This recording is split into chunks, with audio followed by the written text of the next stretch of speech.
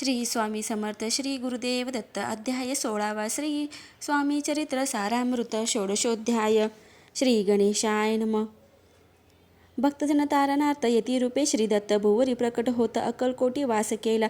जे जे झाले त्यांचे भक्त त्यात श्रेष्ठ स्वामी सुत एकता त्यांचे चरित्र महादोष जातील. प्रसिद्ध मुंबई शहरात हरिभाऊ नामे विख्यात आनंदे होते. नांदत निर्वाह करीत नोकरीने.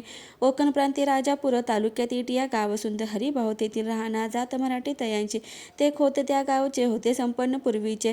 त्याच गावी तयांचे माता बंधू राहती. मुंबईत तयांचे मित्र ब्राह्मण उपनाव पंडित. ते करिता व्यापार. त्यात तोटा आला तयांसी. एके समया पंडितांनी स्वामी कीर्ती ऐकली आणि तेव्हा भाव धरून मनी नवस केला. स्वामी ते जरी 8 दिवसात मी होईन कर्जमुक्ती तरी दर्शनात वरीत अक्कलकोटी येईन.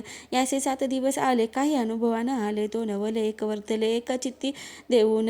हरिभाऊ आणि त्यांचे मित्र अफूचा व्यापार करतात. त्यात आपण नुकसान सत्य येईल असे वाटले. त्यांनी काढले एक युक्ती. बोलावणी पंडिताप्रती सर्व वर्तमान त्या सांगती. म्हणती काय करावे हे नुकसान भरावयासी द्रव्य नाही आम्हापासी. फिर्याद होता ब्रुसी बट्ट्या लागेला आमोच्या. तेव्हा पंडित बोलले मला हे कर्ज काही झाले निघाले माझे दिवाळे. यात संशय असे ना तुम्ही व्हावया कर्जमुक्त. यासी करावी युक्ती. एक तुमचा होऊन मी मालक लिहून देतो पेढीवरी. अभयंतासी ते मानले. तत्काळ तयापरी केले. तो नवल एक वर्तले. एका सादर होऊन अफूचा भाव वाढला. व्यापारात नफा झाला हे सांगावया पंडिताला. मारवाडी आला आनंदी. पंडिते कोणी वर्तमान आनंद झाला त्याला गोण.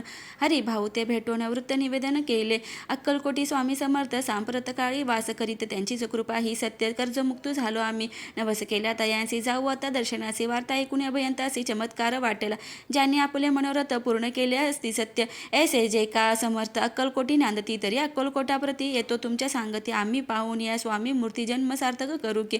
गजानन हरिभाऊ पंडित त्रिवर्ग अक्कलकोटी जात. समर्थाचे दर्शन घेत पूजन करीत भक्तीने. पाहुणी समर्थांची मूर्ती तल्लीन. हरिभाऊंची वृत्ती मुख पाहता नयन पाहती न लवती तयांची. तेव्हा समर्थ तयांसी शिव राम मारुती ऐसी नामे दिदली. त्रिवर्गासी आणि मंत्र दिदले. पंडिता राम म्हटले. गजानना शिवनाम दिदले. मारुती हरिभाऊस म्हटले. तिघे केले एक रूप. मग समर्थ त्यावेळे त्रिवर्गाजवळ बोलाविले. तिघांशी 3 श्लोक दिदले. मंत्र म्हणून ते ऐका. गुरुर् ब्रह्मा गुरुर्विष्णू गुरुर्देव महेश्वरा गुरुर साक्षात परब्रह्म तस्मै श्री गुरुवे नमः. ऐसा मंत्र हरिभाऊ दिदला. असे समर्थ तेव्हा तयांच्या आनंदात ते पारावर नसेची. दुसरा मंत्र गजाननाला तयावेळी श्रीनी दिदला. तेव्हा तयाच्या मनाला आनंद झाला बहुसाळा. आकाशात पतित तोय यथा गच्छति सागरम. सर्व देव नमस्कार केशव प्रति गच्छति. संतोषले त्यांचे मन. मग पंडिताजवळ घेऊन एक मंत्र उपदेशोन केले पावन तयात.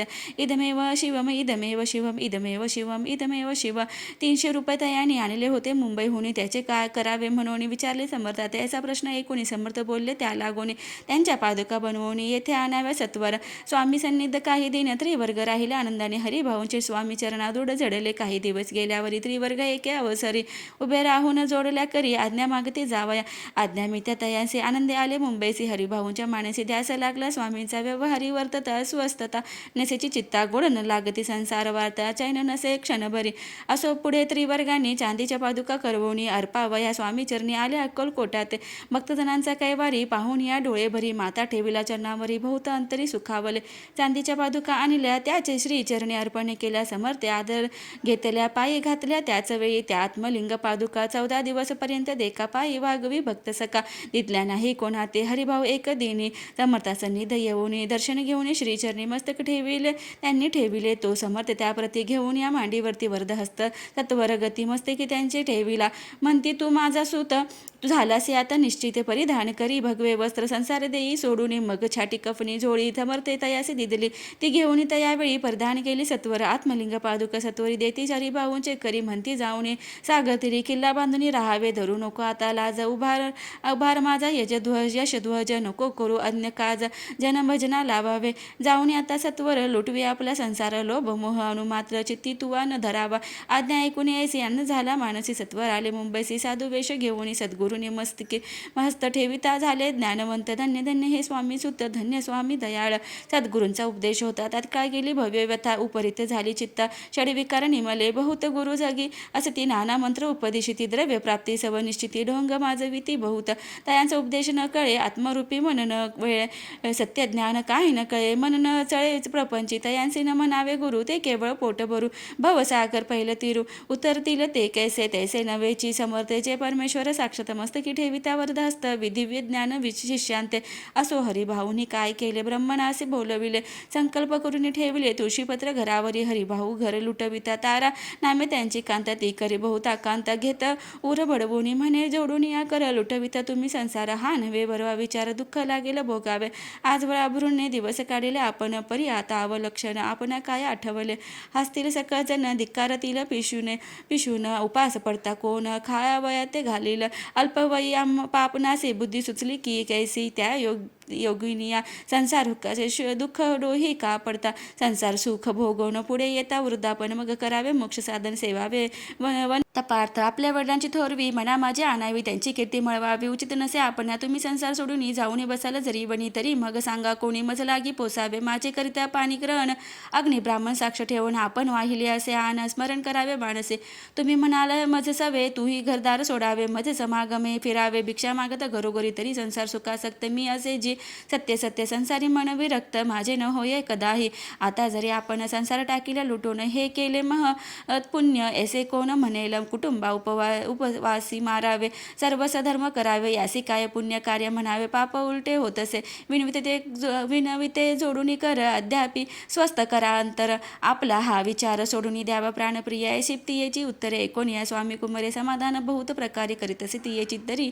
परितारेच्या चित्तात षड रिपू होते जागत. संसाराचे मिथ्यत्व ते लागी कळेना. आशा मनीषा भ्रांती आणि कल्पना वासना आणि डाकिनी. त्यांनी तिजला झडपवणे आपणाधीन केलेसे. त्या योगे स्वद्विचार तियेचे न सुचे. अनुमात्र धरून या दुराग्रह स्वामी सुता बोधित असे. षडविकार त्यागोनी रमला जो स्वामी चरणी. दृढ निश्चय केला मनी संसार त्याग करावा. स्त्रियेच्या अंगावरी अलंकार तेही लुटविले समग्र. तिये दिदिले शुभ्र वस्त्र परिधान करावया. आत्मलिंग समर्थे स्वामी सुता ते दिदिले होते. त्या पादुका स्वहस्ते मठा माझे स्थापिल्या. कामाटीपुऱ्यात त्या समयी मठ स्थापिला असे पाही. हरिभाव होऊन गोसावी मठा माझे राहिले.